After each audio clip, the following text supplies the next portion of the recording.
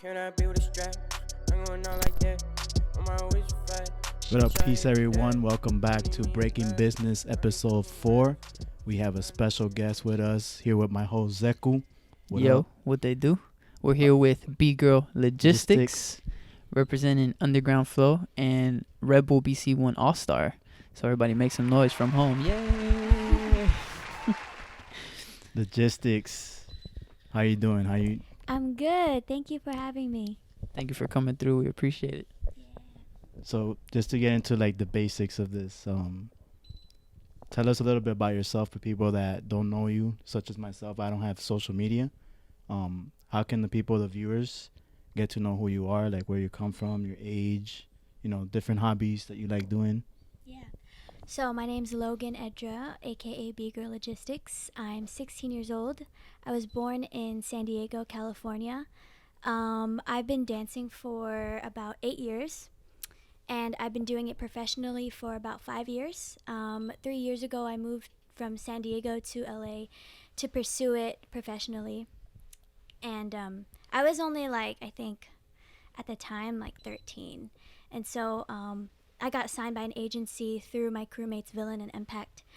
And from there I was just going to auditions. And at this time it was both breaking and choreo. So that really helped me with booking jobs. If there's any professional dancers out there, it helps to be multifaceted because if jobs, it helps to be able to pick up choreo and have tricks and have multiple things. So it was good. It was I was actually booking a lot early because I had breaking, but I could also pick up choreo. So I was doing that a lot when I moved to LA. And then at one point I was doing so much and I knew I was booking, but it started to not be as enjoyable. So then my path went another way, but it was good because I got to listen to what I really wanted to do. And that led to more traveling and doing actually battling. Yeah. And more teaching and actually giving back. Things that were more fulfilling. So that's not really a short intro, but that's just going to tell you. No, that was good. That was great. And I like what you said there because I kind of stand on the same side as you. I don't know, this how I feel. I don't enjoy really doing shows like that. What I love to do is to battle. That's where I breathe. I think that's where all the fun is at. That's what I train for. If we just do a windmill or a flare at a show, people are like, oh my God, that was amazing. So it doesn't take that much out of me. So do you feel like you have more, you enjoy yourself more in the battles? I think for me, it is different because when I perform, I get to add in other aspects more than just, a power move or I add in other parts of my artistry to, I guess, wow the audience, versus I think before it was a lot of okay, do head spins and then that's the crowd pleaser. Yeah. But I've been able to figure out how to engage the audience with more than just tricks. So that's why I think I really enjoy both performing and battling. And they fulfill different parts of my passion, because it's not just performing, but freestyling and battling, actually battling an opponent. They're so different, but they fulfill different parts of my overall passion, if that makes sense. Yeah, got you. Do you fusion a lot your dancing with choreo and breaking when it comes to b-boy battling, for example, b-girl?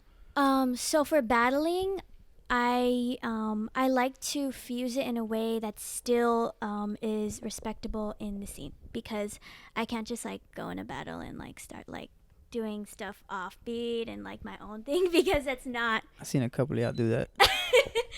I have to keep it, it's real. a battle, it's breaking. It's not contemporary dance in a battle. Of It's course, a breaking yeah. battle. So I have to adjust based on the environment, because that's what makes it what it is.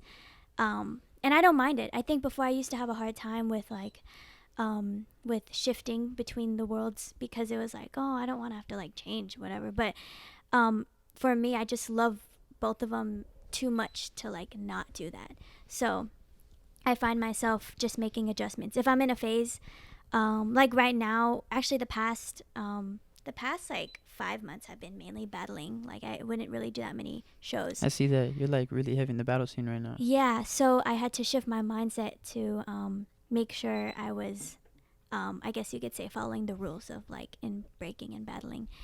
But before that, I was doing a lot of performances. Like I did that the Ellen thing, and Yeah, talk about that. So I was gonna say, like, you were on World of Dance, you were on Ellen. Like, what was the experience like being on like in front of such a big audience, like so many people watching?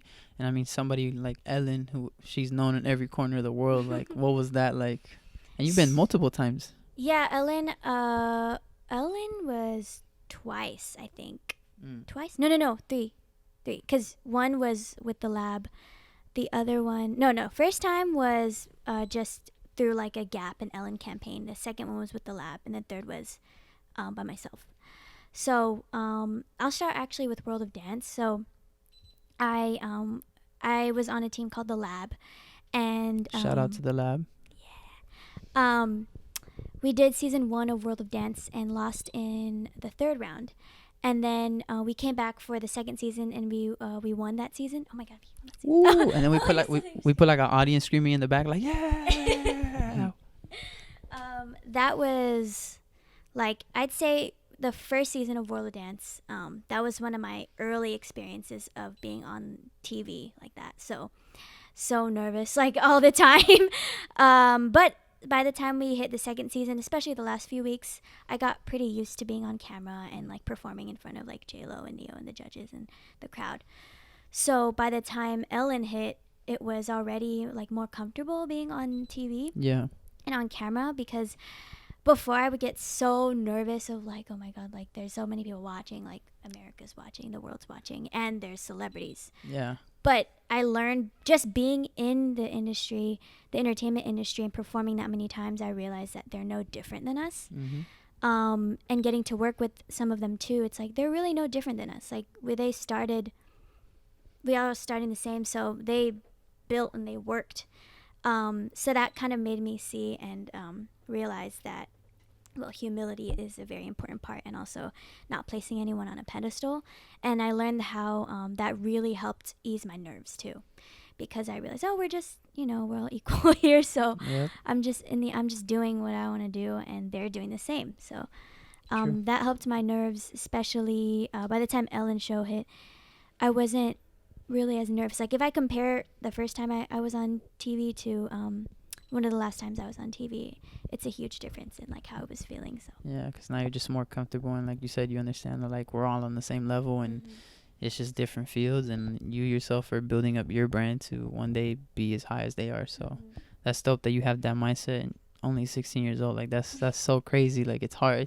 It's not that it's rare. I mean, yeah, it is kind of rare, but like it's like it impresses me, and like I talk very highly of you, like I told you before. Like at 16, like doing the things you're doing, moving the way that you move, super impressive, super impressive. So I was gonna ask you your contract. You are under contract with Red Bull. You are signed as an athlete, and I think that's super dope as well.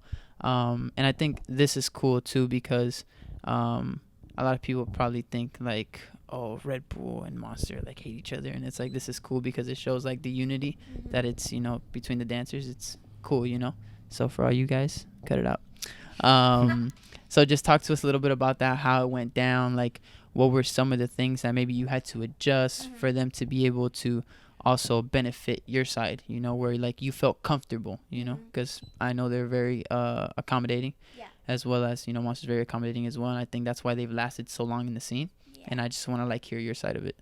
Yeah, so actually when I first got connected with Red Bull. So I remember when I won Silverback, that was like the one event I feel that my name got out there more. How old were you when you won that? How old was I? I think 15 when I won Silverback. 15? Was it 15? Wait, how do you know? I'm 16. Wait, so no, you didn't. That wasn't a year ago. Was it a year ago? Yeah, it's 2018. No way. Right? 2018. Right? That'd be 2 years, I think. Yeah. That'd be 2 years, yeah. 2 years. So you were 14. And that's the first time I saw you. Yeah, I remember I came back and you were like, "Yo, Who was that? yeah, she ripped it." I remember I remember exactly. You were talking about her concepts. You were like, Yeah. "Yo, her concepts are crazy." Yeah. I remember that. So That had 2 to be years 2 ago. years ago. Yeah. I think so. So now, if you don't mind me asking, the purse was like huge, right? For being 14, the silverback purse. Yeah. Yeah. It was, right? Yeah. It So was. she's probably not saying a number, but just know at 14 years old, that amount was just insane. Like, it's crazy. That's another thing for you guys. Like, even though you're young, like, she racked up at 14. Like, that's so she did. She racked up. So that's crazy. Super Breaking business. cool. Yeah. Yeah. Breaking Business. Yeah, so Silverback, after that, I felt that was like almost a domino effect to like a lot of opportunities that I got in breaking. And after that, I think I won the Radical Force 7 to Smoke breaking. And then it was a lot of just hype, you know. So, I mean, you know, but like making noise in the scene is just one of the main things to like getting The biggest. Yeah, exactly. So then eventually I would start to get noticed by brands, and Red Bull being one of them. And the cool thing about Red Bull is they not only support just like b-boys and b-girls, but they support dancers who do different styles. And obviously they're huge, you know, just Yeah. like Monster and just brands overall and sponsors. So at the time it wasn't officially announced yet. The only ones who knew were just like me, my dad, my manager, and Red Bull. Yeah. And then I did a performance maybe a few months after that. And at that show, I did an exhibition battle with my crew, Underground Flow, which was me, Villain, and Impact, versus Red Bull B7 All Stars with Ronnie, Rocks Right, and Victor. Ronnie, Rocks Right, and Victor. And it was just like an exhibition battle to me, but at the back of my mind I was like, oh, well, it is Red Bull, so I don't know what's gonna happen. But no one Yeah. told me anything. Oh, you had no idea. I had no idea. It was just Oh, exhibition battle with snap. Red Bull, and let's see what happens. So I really didn't know what was gonna happen. So we did the exhibition battle. Did y'all win? Did you win? Oh, it wasn't judged. It was just. But in your mind. I didn't. Oh, yeah, look. I don't judge. Like a 3-1. We did the battle, and then Ronnie got the mic, and then he was like, "Oh, everyone, we just want to like take a moment real quick and officially announce Logistics as part of the Rebel B7 All Stars." That's crazy. And I had like no idea, and it was great because like my crew was there, Yeah. and the urban dance community was there. I'd say part of the breaking scene was there, but it was in such a different environment that it was a natural bridge between the communities, and I love when that happens. So I was in that environment at that show, and after that I was announced officially as a Red Bull athlete, and and after that it was more opportunities, a lot of traveling. They pay for travel. I get a bonus, like, you know, win like third, second, or first for jams, and just very supportive with not just battling. They're very supportive in battling, but if I have like content ideas or things that I want to create, they'll also sponsor those as well. That's super dope. That's awesome. I think that's great. I think one last question we could ask is for inspiration for the viewer that's watching, especially on the B-girl side. B-boying started as more like a male dominated, but now it's become where there's a lot of nasty B-girls nowadays that honestly they could smoke a lot of B-boys out there. That's a fact. Yeah, we have one right Yeah. here, you know, that's super nasty. But what would you tell the B-girl that's watching? Like what how can you inspire that girl that's watching? Perhaps she's 7 years old. You never know. Perhaps she could be 30 years old. Yeah. The age doesn't matter. But what would you tell, coming from the feminine side? Like, what would you tell a girl watching? Like, how can you inspire her? Like, what would you tell her to? Yeah. So I remember being 8 when I started, and I felt like super just alone in the scene because, one, I was this little child and I was a girl. So it felt lonely. I didn't know why at the time because I wasn't aware that I was a different gender and I was younger. But now looking back, I'm like, oh, that's probably why. It's because there's grown men everywhere. So I would say even though you are maybe like one of the few B-girls in your community, your local scene, still know that there's such power in that because you have, I'm not going to say the responsibility, but in a sense it is kind of a responsibility to rep and cultivate for there to be more B-girls in your scene. As long as you stay, true and stay strong, repping just by being a B-girl, one of the few B-girls, if that, so yeah, don't stop basically. And know that you're not alone because there are B-girls. It's growing a lot now. So if it helps, I mean, there's media. We have like resources where you can watch and look up on YouTube the B-girls that are, online and get inspiration from that and know that you can also like get to that level. And that's the only way is like we all, like I was saying earlier with the whole TV thing, like we idolize so many of these dancers or public figures or whatever, not realizing that we all started in the same place. Yep. So that goes the same for if you're watching B-boys or B-girls competing at a high level, or dancers, or even just celebrities, whatever. You have that same power. So I'd say that. I would also say don't keep pushing the standard because sometimes there's this comfortability within B-girls. And I think we need to change that because the only way we can cultivate for more B-girls to be in the scene and for us to get more rights is to also up our level. So I see it as two sides. I see it as us, not only, I see us as we need to keep upping our level, as well as voicing what rights we deserve that should be given already. I agree. Yeah. So, and I think for me, I wasn't as aware. So this whole time I was just like upping my level and upping my level and upping my level. But now I'm more aware of, oh, we don't get paid as much. And like, oh, shoot, like sometimes we're treated badly. Like that when I got cocked in Taiwan, I was like, you don't do that, So things like that, I think we need to voice it. But in order to have the credibility for people to listen to our voice, we need to up our level and have that respect as well. So. Yeah, you need to, like you said, set the standard and then voice whatever you have to say. Use that platform to be an influential voice, not just, I say all the time, my last question to you would be, like, how important is social media nowadays and how do you utilize it? Because I know you have a different approach to it, which I truly respect the way you approach it. And kind of just make people aware, like, how much your social media has actually helped you with your career, because I feel like some people they're closed-minded to like, oh no, I don't want to post every day or whatever the case may be, but then they want to be on Ellen and then they want to do this and they want to do that, but they don't want to put the work in. So what's your take on social media? How can it be beneficial and how can you stay true to yourself? Because that's one thing I'm big on, is I always say, like, don't fold your image for a couple likes or some views, because at the end of the day, like, your kids are gonna see that one day and be like, that was my dad was over here putting the light skin face on TikTok. Oh, no way.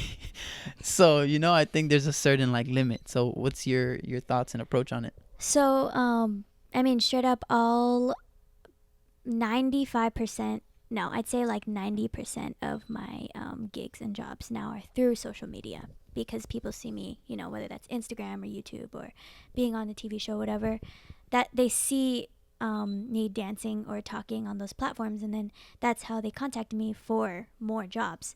So I'd say that's such a huge thing. I think as an entertainer, because almost everything is online now.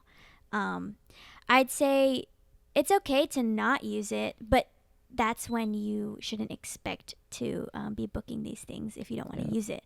And it's okay, because I go through phases sometimes where I'm like tired of it, and it can be draining, and it could give me anxiety sometimes, and I'm just like, I don't even know, like, I don't want to be on social media. So sometimes I'll take a break, but in the end, I know for my career path, it's a necessity, because that's how I'm gonna be able to get contacted for more and future gigs. And also, as far as staying true, like, personally, because I've been raised in a way where I'm always taught to stay grounded in like what I believe in. I never I never had a huge problem with like losing myself in that, you know, social media craze. But it does hurt me sometimes to see people I know or just other people, especially young girls, like you said, fold their image for the likes and the numbers. And that's one thing that really actually does hurt me, because you don't have to do that. Like it's that people don't realize, like I was saying earlier, like they don't realize they do have that power, but because they don't see it, like they fold their image and to try and get, you know, more likes or views, or they don't want to put in the work or the time and they skip steps or whatever. Yeah. But yeah, I didn't really have that problem, but I realized others have that problem, so I'm trying to spread awareness about that through my social media so that it can create hopefully a more healthy environment online where we don't feel like we need to compare ourselves or change our image or whatever, you know, to get those likes. It's like I always say, like, nobody could be a better you than you. You know, like you yourself have your individuality, like you are special, like whatever you do is gonna pop because it's you. You know, everybody's different and everybody's unique in their own way, special in their own way as well. So I think that's a wrap.